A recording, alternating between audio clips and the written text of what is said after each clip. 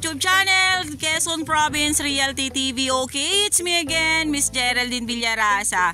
Andito pa rin po ako sa Tagkawayan, Quezon. Meron pa rin po akong ilolocate. Siya naman po ay 5 hectare along Barangay Road. Mula po doon sa National Highway hanggang dito po sa property, dito po sa Tayukong to, ang layo po niya ay nasa 8 kilometers. Then ang frontage po niya dito sa Barangay Road ay nasa 100 meters po more or less. Then yung binabaan po namin galing po dun sa cemented road papunta po dito sa Barangay Road na to na natututukan ng aking camera. Rough and cemented road po ang kalsada. Ano po? Then ang property po ay eto na. Ayan. Dito po lang po sa bungad, ayan makikita po natin, flat na po siya dito. Then wala po tayong problema sa source of electricity kasi meron na po ditong mga poste ng kuryente. And marami na rin po kayong kapitbahay dito. Then ito po, meron po ditong sapa sa area. Ayan po, running water po siya. Ayan. Then, ayan po, flat na flat pa rin po ang property or ang area.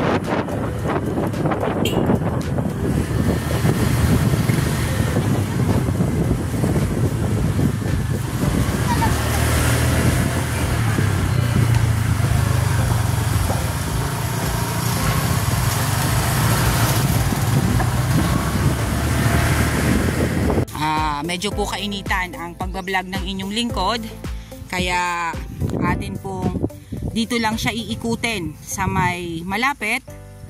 Talaga pong tirik na tirik ang araw. Yan, makikita po natin na talagang dito sa area na to ay may tubig po talaga, kasi ayan ang tubig. Yan po ay papunta dun sa palayan, kasi ito pong area na to ay meron po itong nasa 2 hektarya na palayan.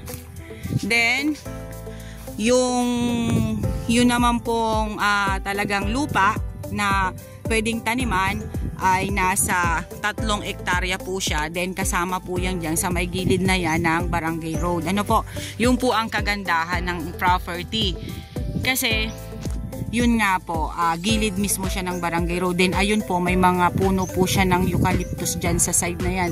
Yan pong eucalyptus na yan, alam ko po niyan, ayan po yung ginagawang poste ng Kisilco dati nung hindi pa po bakal ang poste ng Kisilco. Yan, medyo po maputik kasi talagang dito po ay may source of water para po siya bagang irrigation. Nagaling po siya dun sa sapa, then paputakbo po siya dito papunta dun sa palayan. Ayan po siya, oh.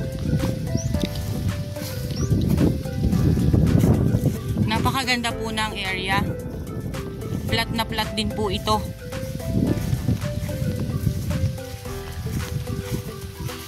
Yan pa po. Yung about po sa title at sa documents, opo, sa title at sa price, hindi ko po muna mababanggit ngayon sa vlog ko kasi mag-uusap po muna kami ni seller mamaya pag labas namin dito sa barangay na to. Kasi nasa bayan po ang may-ari nito. Basta po yung presyo ay babanggitin ko na lang po sa details ko. Ano po? Yan. Pupunta po tayo ngayon doon sa palayan. Yung pong palayan nila ay tinataniman sa ngayon. Yun nga po, may tubig talaga kasi. Yan. Ayan po ang palayan niya.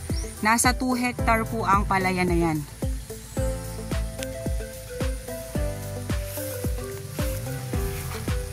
Mamasa-masa po yung lupa niya dito sa flat. Talaga po meron siyang bukal dito sa loob ng area.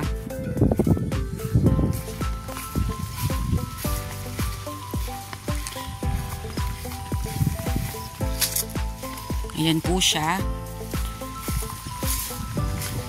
Then ito. Ito po ang palayan niya. Kasalukuyan po silang tatrabaho dito kasi nga po may tubig na. Nung mga nakaraan po kasi ay umuulan, then yung iba nga po ay nanggagaling pa po doon sa sapa na running water, kaya po ang punta niya ay dito na sa palayan na to. Yan pong bahay na yan, kasama po yan dyan sa may bahay na yan, kasama pa rin po yan sa 5 hectare din yan. May mga nyug pong kaunti. Then may mahogany at Indian mango po doon sa kabilang side na yon, doon po sa may bahay. Yung about po sa namamahala ng lupa na to, sila na po ni seller ang may usap about po sa kanilang kalagayan dito. Kaya po yung pong mga buyers na magtatanong bakit may bahay doon, kay seller ba yon or tenant ba yon, pag ito po ay nagustuhan ninyong property at minay nyo itong property, yung about po sa kanila ay si seller na po ang may cargo nun. Ayan pa po.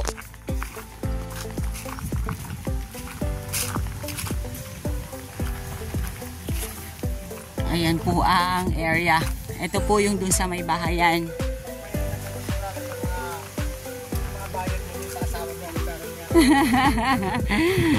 Sige, ibibenta kita. Ayan, may langka pa rin po sa side na to. Ayan po ang fruit bearings, langka, Indian mango. Yung po ang nakita ko.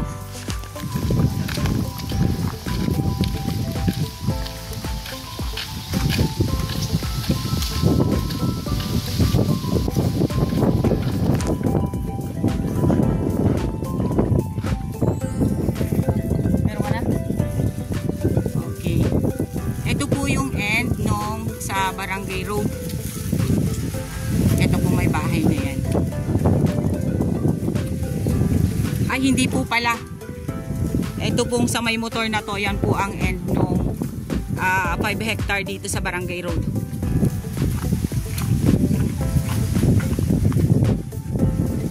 Yan po ang Barangay Road. Napakalamig ng hangin.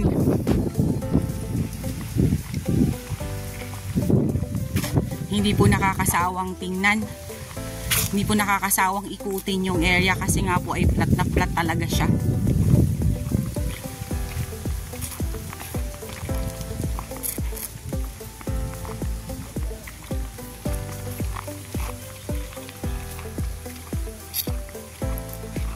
Sa mga buyers po natin dyan na gusto po ay may palayan, eto na po yung para sa inyo. Napakaganda po ng area na to. Talagang lagi po siyang may tubig.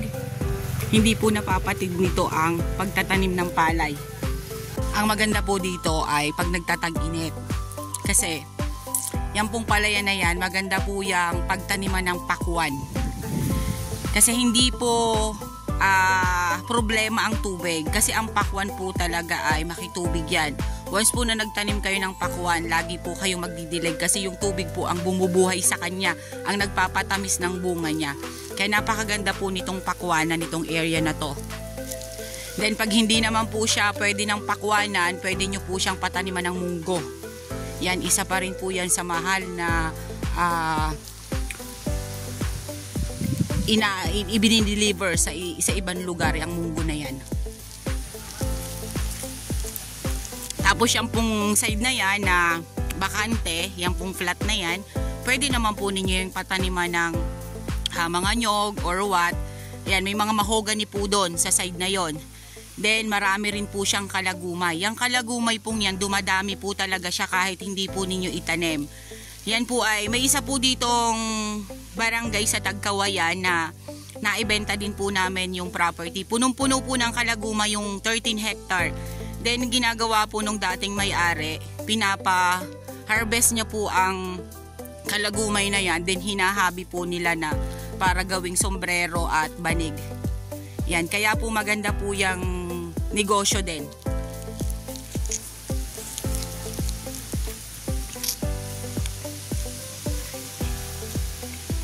Yan po ang property. Medyo po talaga kainitan.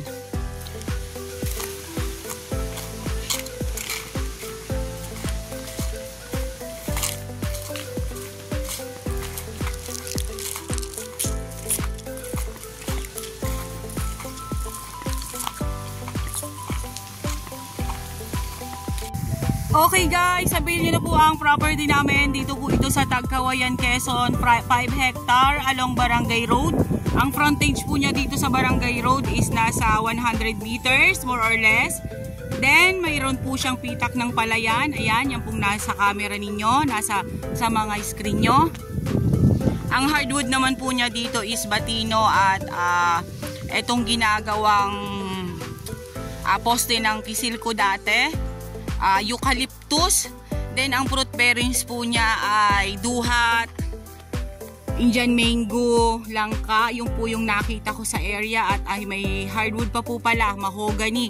Then almost flatland po ang area. Ano po? Then mula po doon sa National Highway hanggang dito po sa property ay nasa 8 kilometers po ang layo niya. Then rough and cemented road po ang Barangay Road na madadaanan natin. Then marami pong kalagumay sa loob ng property. Okay po, once again po ako po ulit ang inyong site locator, si Miss Geraldine Villarasa. Muli po akong maglalambing. Pa-like and share po ng aking mga vlog and pa-subscribe na rin po ng aking YouTube channel, Quezon Province Realty TV. Okay, thank you po for watching.